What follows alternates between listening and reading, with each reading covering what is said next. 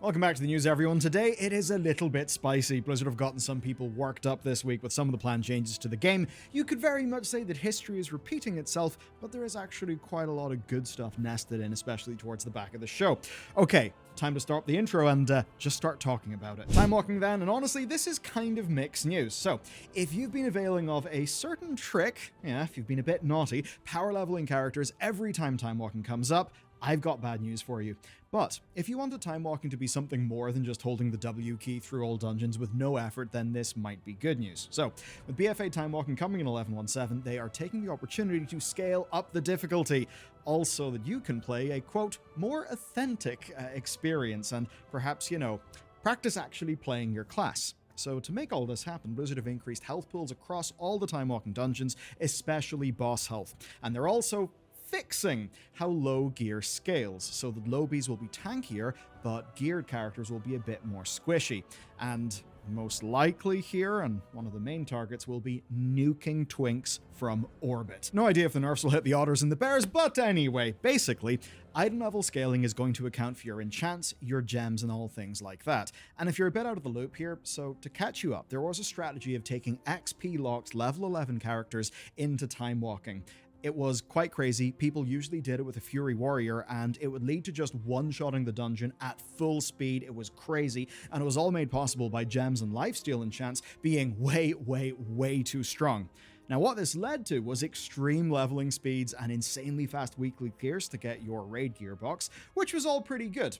So that'll really not be a thing, it seems. Now, in return for all of this, Blizzard are bringing buffs. They're buffing the badge reward from 10 to 25, and they're increasing the gear reward from Explorer up to Adventurer. Of course, Adventurer is, nice, but mostly useless, especially this late in the season. And I'm kind of mixed here, right? Because I think nobody I know does timewalking for fun or for gear. Alt gear is easier to get elsewhere, right? And then there's the XP. You'll have noticed that Blizzard have not decided to buff XP in line with the other nerfs. So if that's not buffed to compensate for the time loss, then overall this could end up just feeling like a nerf. Now, to be clear, I get Blizzard's idea here. They want timewalking to be something that you can actually play instead of borderline AFK brain off stuff. They want players to feel that if they do more damage, they will actually get a faster dungeon. They want the mechanics to actually matter, and I think we can all agree, basic game design says that those are important things. And I'd say that's probably part of the overall plan here, as well with the add-on changes in 11.1.7. It's all stuff to make sure that people can actually engage with the game mechanically, even if it is with the one-button assistant. But let's be real, this is a nerf to what most people actually use timewalking for. And that means if you go to the forums, or dare I say the Wowhead comments, yes, people are already up in arms about this because they completely see it for what it is. It's a threat to their efficiency. Blizzard probably, if they want to smooth over some of that, will need to buff the XP just a little bit and maybe make the weekly take 3 timewalking dungeons instead of 5. That way, I think they'll get most of the benefits that they want without most of the damage that at least a sizable chunk of the players actually seem to feel. Though, at least with how many people, my own guild included, genuinely enjoyed setting up twinks to boost each other through timewalking to, badge farm and do the weeklies, I think Blizzard ought to think about why people actually want to do that. There's like a real urge there, and I think it's not just to break the game, even though that's obviously fun. I think people kind of want their gear and their character setup to matter in contexts other than WoW's hardest content. And this thing with timewalking and twinks was a way to express that desire. It's a desire that doesn't really exist in other parts of the game that aren't, the main pillars. Anyway, that's it for this topic, but if the next topic is anything to go by, I'm pretty sure I'll be back with a new version of timewalking changes in a week or two. Guess what, everyone? It's happened again. So, when we released our Nightfall guide, we calculated it would take about 90 Nightfalls to max out your renown. Now, we worked out that that's something in and around 24 solid hours of farming dailies and farming the Nightfalls. That seems to have been too much, and that's obviously what Blizzard thinks, because as of the last reset, all Nightfall reputation is doubled. Every single source grants 100% more, which means if you really do want those rewards, hopping into the odd Nightfall doesn't feel like a huge waste of time anymore. It's a massive buff. And if you're thinking this sounds familiar, yeah, you're right, it absolutely is. This has happened in basically every patch this expansion. A feature launches, it's too grindy, they speed it up. Like literally, at least since the anniversary patch, Literally every single patch has had this, right? And if you're thinking, but what? This didn't happen for Undermine. No, it actually did. They doubled rep gains with the different cartels because the way it was initially designed was absolutely unhinged. And I think the final numbers were upwards of like half a year. It was kind of crazy. So every single patch, what happens is this. And that means that a ton of your patch day effort gets invalidated. I try to take Blizzard's content, their ideas, their design seriously. That means whenever we make guides, we do it based on, the numbers that Blizzard actually ships to their paying customers. What realistically happens, though, is that if you play World of Warcraft in patch day, not only do you pretty much get an awful experience most of the time with patches being broken, but you also get a lot of your effort being invalidated by buffs that happen later on. And I really do wonder what's going to happen first. Will Blizzard learn to be less cautious, or will players learn to ignore content before it's buffed?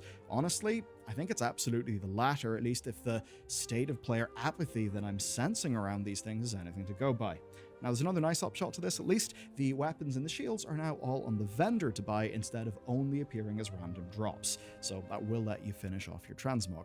And overall, look, this is a good change, right? This means this content is actually worth doing. But it's absolutely a symptom of Blizzard struggling to keep pace. And look, I really don't want to have to make another, hey Blizzard, the quality of the game that you're shipping to real people for real money when you're asking for their real time actually matters video again. I've had to do one of those videos for every minor patch this expansion. I mean, by now I'm fairly sure I'm in that part of like my own relationship with Blizzard cycle where they stop sending me invites to things because I'm no longer useful. But guess what? Your subscription fee's no longer useful if you ship a shite day one experience to everyone, Blizzard. Congratulations, please take it seriously. I'm glad you made this change with this reputation, but we should not be here in the first place. Seasons are about to change, and I mean this imminently because with the coming reset, you'll have to get ready for Turbo Boost. Turbo Boost is Blizzard's latest experiment. It's a way of them giving Season 2 a second lease of life, and a much faster one. So I'll quickly run you through all of the changes. Number 1, Dinars are coming. That gives you 1 free raid item or Mythic Plus trinket of your choice this week, and then 2 more unlockable over the next while as you do the related quests. All of your existing hero and myth gear will get 2 extra upgrade levels to spend crests on, and if you're lacking Valor Stones to do that, good news. Valor Stones are now warbound, so you can just funnel them in from your alts. And if you've somehow hit crest caps, then, well, good. Crest caps are also removed as well, so you can just farm out to max up your upgrades completely freely. Delves are also not being left out. This is where it's kind of interesting. So you'll find way more XP for Bran, you'll find more crests, more Valor Stones, and even better rewards from your Delver's Bounty. Then if you've got any crafted gear, you'll be able to dump crests into an augmentation matrix to recraft them with an extra 6 item levels. You will have to recraft, sadly, though, which is going to be a massive goal sink. So unless you're actively pushing some crazy achievement, maybe only use this on new gear to save some cash for next season's crafting. Lastly then, you'll want to get your bags ready because Blizzard are also doubling the drop rate of Warbound gear. Yeah, doubling. Who knows, maybe selling all the Warbound pieces to the vendor will somehow make you money. But yeah, you're going to be absolutely swimming in gear for your alts. And what this basically is, right, is World of Warcraft's equivalent to the almost holiday period of school, right? You know, the part of school back in the day where your teachers would roll out the TV, you'd pop in a DVD or a VHS, and wouldn't do any studying. At least that's what we did. So it's kind of like that casual bit at the end where no one really cares, just that, you know, in this case, it's lots of gear and you can do a lot of damage. And that means for more casual seasonal players, this probably won't amount to much, but if you're still going deep, you absolutely love the gameplay right now, this will be an extra power spike to help you push harder. And I think where it will be real interesting is the transition into Season 3, when, well, a lot of people are going to be going in with an inflated item level relative to the norm. And that's not just because of Turbo, it's also because of the new Titan Disc Belt. Remember Cersei's Circlet? I sure do. Well, Blizzard are actually taking another stab at a mid-season power spike item. This time it's called the Titan Disc Belt, and it's from Overcharged Delves, which are coming in 11.17. And I'll give you fair warning, because by the looks of things, you're going to need this for next season, though obviously that could change. So it starts off at item level 684, rather high. That's what it's at once you first piece it together, but then the upgrades take it even higher. Now currently we cannot hit cap to see what, well, the cap is, but we do know that it's got absolutely no secondary stats on it this time round. Instead, you basically just pick a series of procs to stick on it instead. And that means that depending how Blizzard balance this, It may be bis into, like next season, or it may not be. We'll just have to see.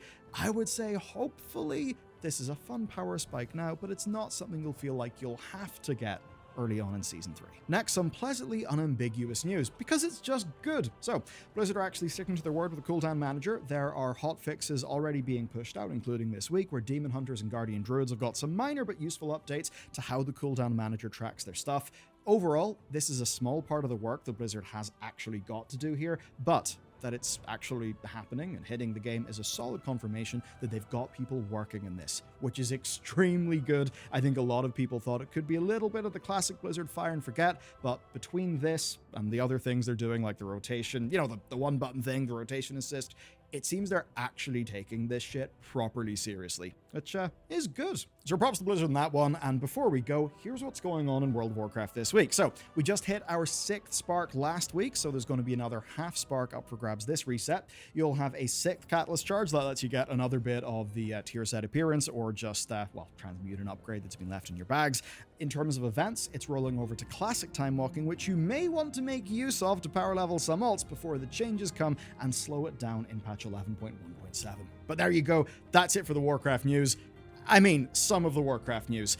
Stay tuned to the channel. Stuff's crazy. There's the PAX East stuff. Legion Remix is confirmed. And, we know a lot more about World Soul Saga and why the War Within is, strange in a certain way. We know that from PAX East. But more on that next week. And if you want some nice lore to chill to, watch this video next.